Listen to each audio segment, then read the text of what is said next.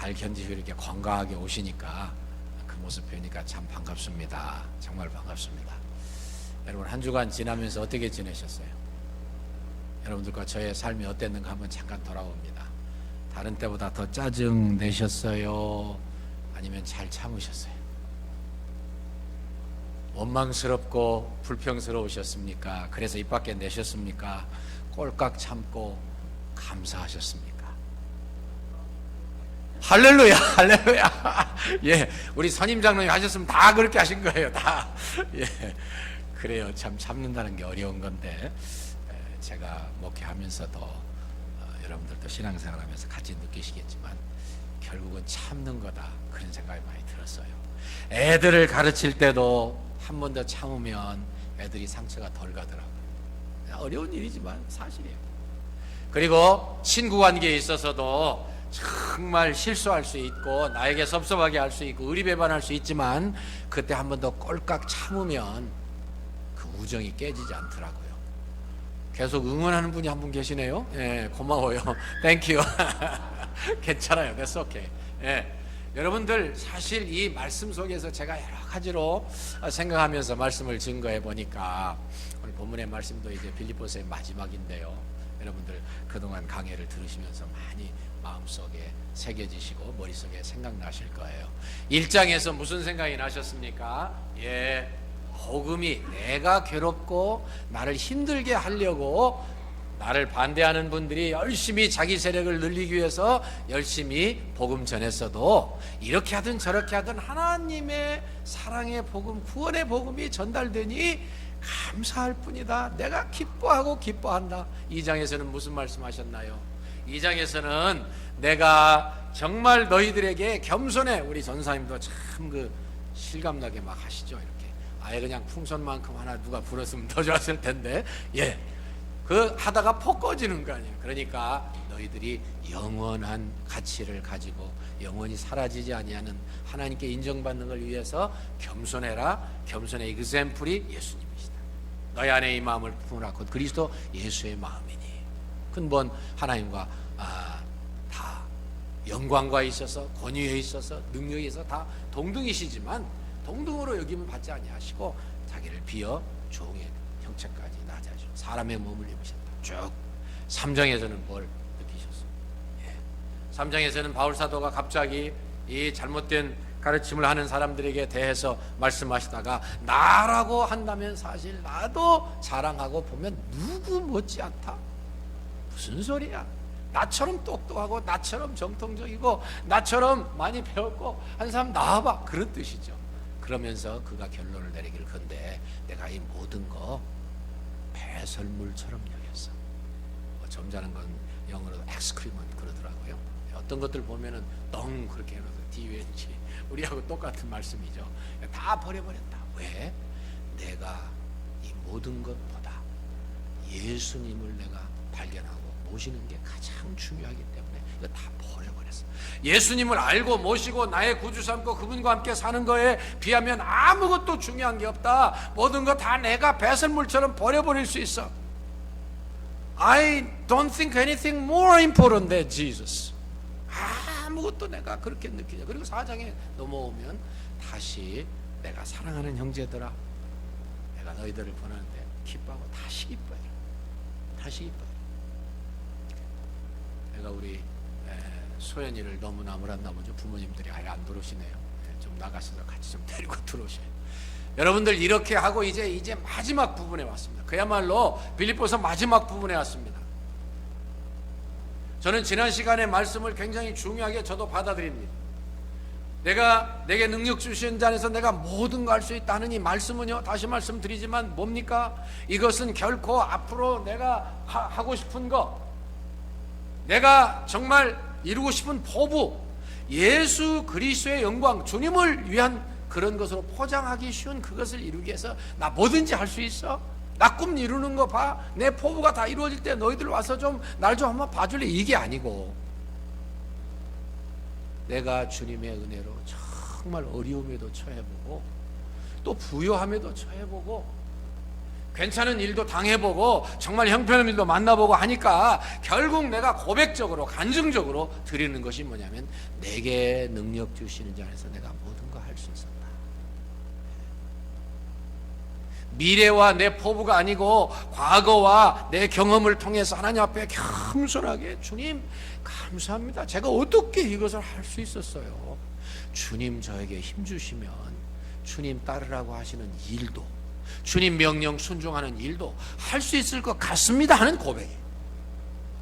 그것에 의해서 바울 사도는 필립보 교인들과 마지막 인사를 나누면서 그들과 나누었던 그 아름다움, 그들의 바쳤던 보내줬던 그 선교 헌금, 이런 걸로 인해서 지금 하나님 앞에 마지막으로 감사하며 그들을 격려하고 있습니다. 첫 번째는 그들의 보낸 이 귀한 필립보 교회 교인들의 헌금의 형편을 말씀하고 있습니다. 14절 말씀에 보니까 그러나 너희들이 나의 고난에 동참했으니 잘했도다. 헌금하는 게 뭐예요? 고난에 동참하는 거예요. 정말 위대한 바울 사도의 복음 사역에 같이 하는 걸. 그래서 이러한 일에 동참하였으니 잘하였도다.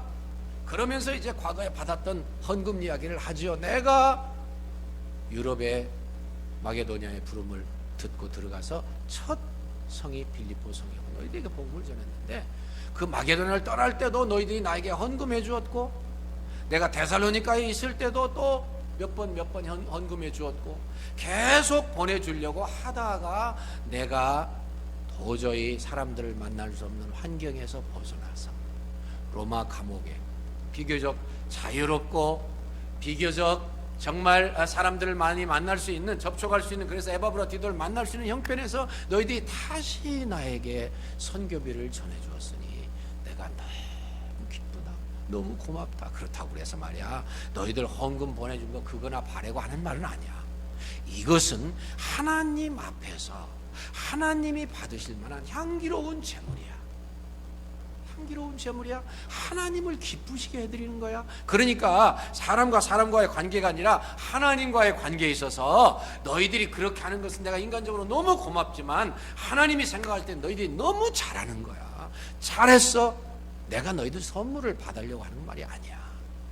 하나님이 기뻐하시는 세상, 번제와 속건제와 속죄제도 중요하겠지만 하나님과 더 가까워지고 감사하기 위해서 화목제물, 감사제물 드리는 그런 거란다. 잘했어, 잘했어, 잘했어. 그런 뜻이죠. 많은 의미를 던져주는 말씀이라고 믿어요.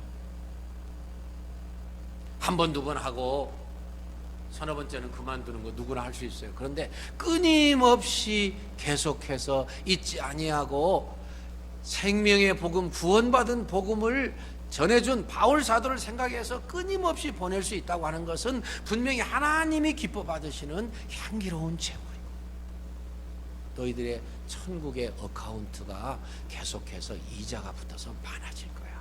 그런 뜻이에요. 이 영어 성경에 보면은 그런 식으로 다 표현을 해놨더라고요. 그렇습니다, 여러분. 하나님 앞에서 계속 꾸준하게 인내로 믿음으로 나가는 것은 정말 하나님이 기뻐 받으시는 것이고 하나님이 이러한 그 사랑의 교제를 통해서 놀랍게 영광을 받으시고 두 번째로는요, 이러한 귀한 헌물을 드린 그들에게 주시는 결과예요. 뭡니까? 19절에 뭐라고 말씀하셨습니까? 나의 하나님이 그리스도 예수 안에서 영광 가운데 그 풍성한 대로 너희 모든 쓸 것을 채우시리라. 무슨 말씀이에요? 부자였기 때문에 했다는 뜻이 아닙니다. 너희들도 부족하고 가난해서 많이 채움받아야 될 거야. 하나님이 너희 중심을 받으셨기 때문에 넘치게 채워주실 거야. 나의 하나님이 그리스도 예수 안에서 영광 가운데 그 풍성한 대로 너희 쓸 필요한 모든 것을 다 채우시리라. 넘치게 채워 받을 수 있는 것이죠. 그리고서 20절 그리고 23절에도 같은 말씀합니다만 하나님께 송영을 돌리고 있습니다. 19절 참 중요한 말씀인 것 같아요. 예, 어려움 가운데, 힘든 가운데에, 나약한 가운데, 가난한 가운데에 그때 당시 그리스도인들이 얼마나 핍박을 받고 얼마나 가난하고 사회적인 모든 좋은 조건들을 다 박탈당하는 거 아시잖아요. 그들이 그렇게 가난하고 쓸 것이 많은데도 불구하고 작은 돈을 아끼고 헌금해서 보냈다는 거예요. 그러고 보니까 그것이 하나님이 받으시고 하나님이 채워주실 거라는 겁니다. 확신으로 선언하고 있습니다. 제가 가만히 생각을 해보았어요. 믿었습니다. 이 말씀은 하나님의 은혜 가운데 이루어졌다고 저는 믿었습니다. 어떻게 이루어주셨을까? 물질로도 채워주셨다고 믿어요. 하나님이 채워주시면 채워지는 것이죠.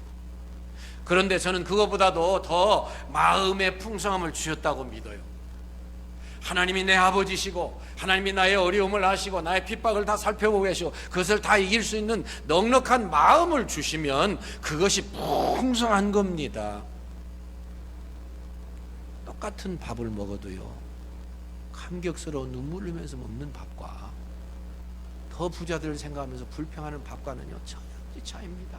천양지 차이. 하늘과 땅의 차이. 여전히 핍박받고 여전히 가난하고 여전히 사회적인 지위와 모든 경제적 조건들을 박탈당했으니까 물질적으로 얼마나 하나님이 더 채워주셨겠어요. 채워주셨다고 믿어요. 채워주셨죠. 근데 그거보다는 영적으로, 마음적으로,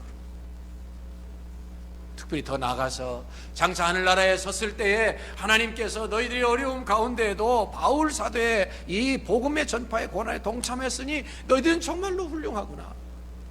하나님께서 하늘나라에 섰을 때 넘치는 복으로 갚아주셨다고 믿습니다. 이 말씀을 여러분들과 저의 생활에서 한듯이 한 번은 짚고 넘어가야 된다는 생각을 했습니다. 어떻게 하면 우리 생활에서 변화를 가져오고 삶을 통해서 예배를 드리고 주님 기뻐하시는 자리에 설 수 있을 것인가? 호남 지방의 시골에서 있었던 그런 일입니다. 어떤 집사님 한 분이 동네에서 예수를 잘 믿었는데 가까이 있는 나환자 환우들과 신앙생활을 했습니다. 그러니까 예수 믿는 것을 핍박할 뿐만 아니라 너 그러다가서 나병균이나 갖다가 우리에게 전달해 주면 어때? 그래서 굉장히 싫어했어요.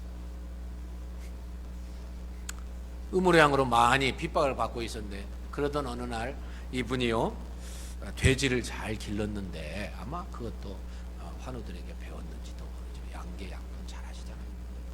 그래 잘 길러가지고 이렇게 교미를 시켜서 그냥 새끼를 많이 배웠어요.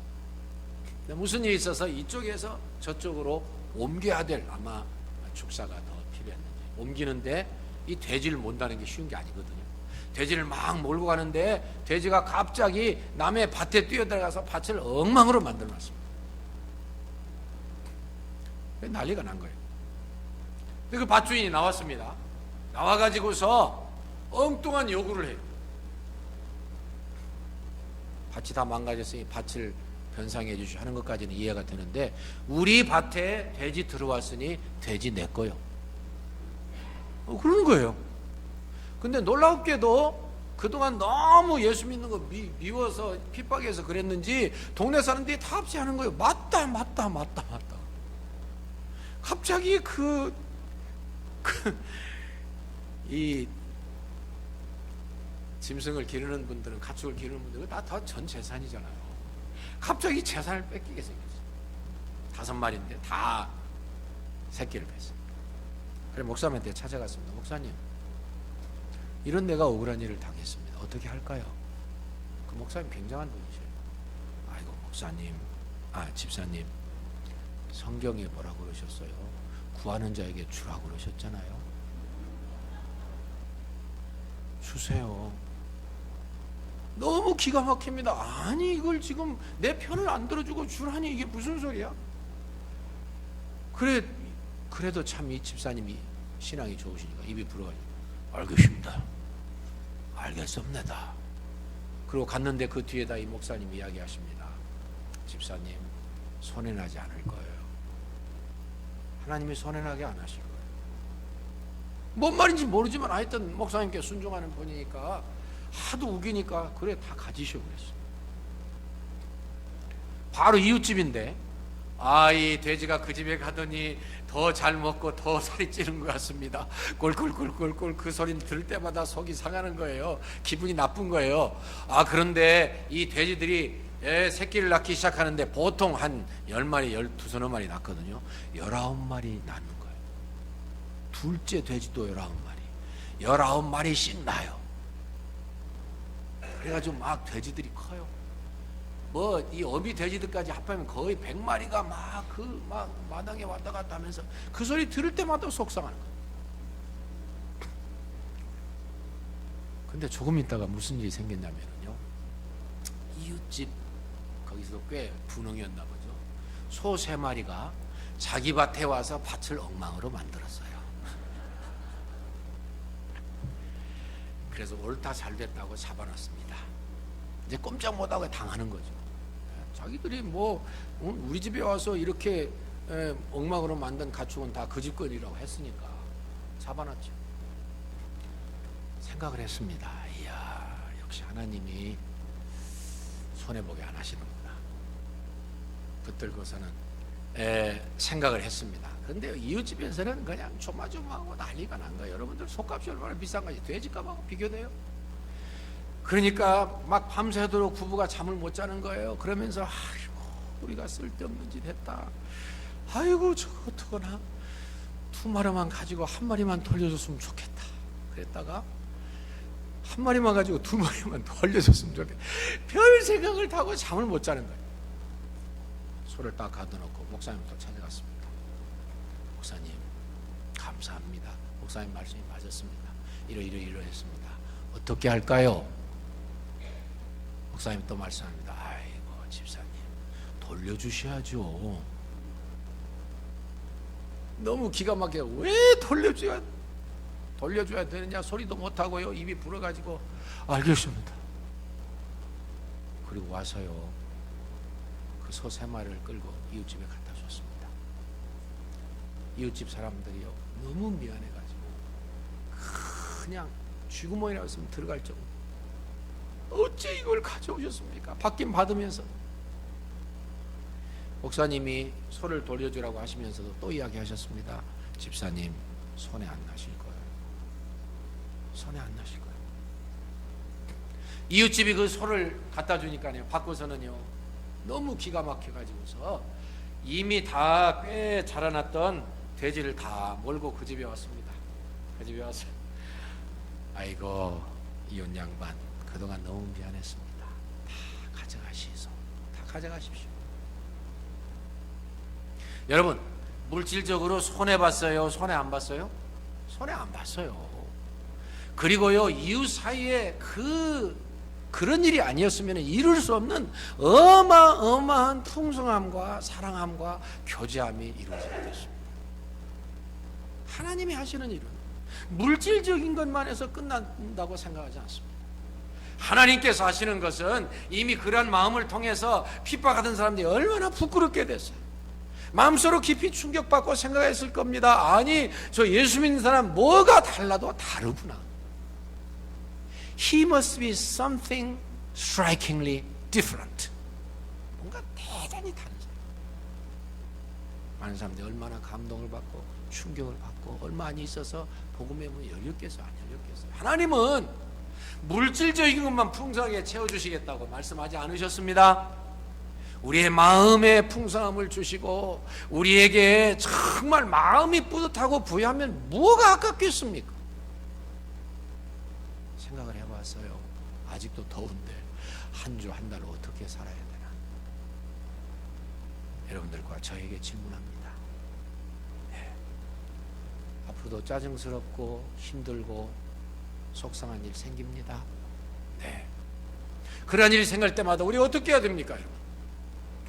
뭐 여전히 똑같이 불평하고 똑같이 원망하고 똑같이 욕하고 그리고 똑같이 뒤에서 못했다고 막, 물론 뭐 그게 사실이 아닌 것이 아닐 수 있죠.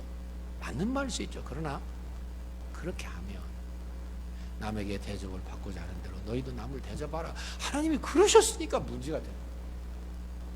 내가 욕하면 너도 욕 받을 것이라는 뜻이에요. 솔직히 이야기하면. 네가 참고 용서하고 칭찬하고 축복하면 그대로 네가 받을 것이다, 그런 뜻이에요. 그렇잖아요. 제가 잘못 성경 해석했나요? 아무쪼록 여러분들 찬바람이 나기 시작하면 기울어집니다. 하나님의 신실하심이 여러분들과 저의 생애 동안 수십 년 동안, 아니 수백 년, 수천 년 동안 변함없이 정확하셨습니다. 좀 더 더울 수 있어요. 그러나 물러갑니다. 하나님 반드시 물러가게 하십니다. 왜 제일 더운 때 나 목사가 이런 소리 하느냐? 왠지 저의 마음속에 이번 가을에 찬바람만큼은 놓치고 싶지 않다는 생각이 자꾸 들어요. 자꾸 들어요. 이제 창립기념일도 돌아오고 그러니까 그렇겠지. 설교를 전달하기 전에 자꾸 생각해 보았습니다. 이런 생각이 들었어요. 형제들끼리 저도 제 아들을 통해서 나온 아이들이 아들만 셋이에요. 참 새 아들이 자라는 거 보니까 굉장도 하나 돼요. 형제가 있었습니다. 예를 들어서 막 싸웁니다. 싸우는 거 당연하죠. 남아들끼리 안 싸우면 비정상이죠. 막 싸우다가 바로 옆방에서 어머니가 눈물 흘리면서 기도하는 소리가 들립니다. 그래서 갑자기 형이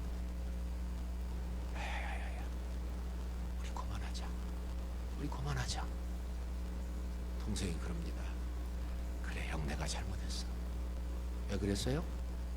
어머니의 사랑 때문에. 어머니의 사랑 때문에. 똑같은 일 하는 거 아시죠? 우리 예수님께서 저와 여러분들을 위해서 지금도 보좌 우편에서 기도하고 계십니다.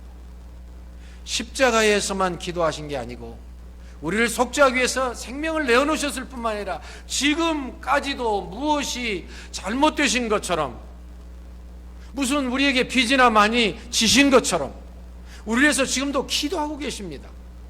그러니까 이길 수 있다고 믿어요. 그 사실을 생각하면 한 주일 승리할 수 있다고 믿어요. 화가 났다가도 예수님 생각하면 화를 낼 수 없을 것 같아요. 못된 소리를 하려고 했다가도 주님이 나를 바라보신다 생각하면 그것을 목젖을 딱 세우면서 스톱시킬 것 같아요. 원망하고 불평하고 욕하고 못했다고 실컷 욕이라도 해주면 스트레스는 풀릴지 몰라도 하나님이 기뻐하지 않으실 것 같으니까 차마 못할 것 같아요. 오늘 또 아침 일찍 왔습니다. 거의 아무도 안 오셨죠. 그런데 여러분들이 교회를 하시기 위해서 이렇게 무리하시는 거 아는데 일찍 오셔서 신교를 도우시고 교회를 돌아보시고 그리고 아이들과 놀아주시고 찬양을 준비하시고 앞서서 이렇게 이제는 뒤에 앉지 마시란 말 안 해도 될 것 같아요. 어느덧 그렇게 여러분들이 달라주셨어요. 땡큐. 네, You are welcome 그러셔야죠. 작은 거 한 주일 동안 실천하시면서 주님 생각하시며 빌립보 교인들이 물질적으로 많은 것을 보상받아서가 아니라 영적으로 마음적으로 보상받은 그 은혜가 너무 크기 때문에 우리 선생님 바울 선생님 맞습니다. 하나님께서 그리스도 예수 안에서 영광 가운데 그 풍성한 대로 너희 필요한 모든 것을 채우시리라 하는 말씀이 맞았습니다. 고백하게 되었을 것이고 그것이 여러분들과 저의 것이 될 줄로 믿습니다. 하나님 감사합니다. 십자가의 주님을 생각할 때에 저희들 만입이 있어도 감사를 다 드릴 수 없고 만입이 있어도 저희 형편을 변명할 수가 없습니다. 주님이 십자가의 채찍을 맞으면서도 저희들을 위해서 묵묵히 참으셨던 것처럼 저희가 오늘 그리고 한 주일 동안 참고 사랑하고 축복하고 믿음의 고백을 하게 하시사 저희를 통해 영광 받으시고 저를 통해서 많은 사람들에게 주님의 사랑이 복음이 전파되게 하시옵소서. 예수님의 이름으로 기도합니다. 아멘. 일어나셔서 찬송 부르시면서 선교연금 드리시도록 하겠습니다.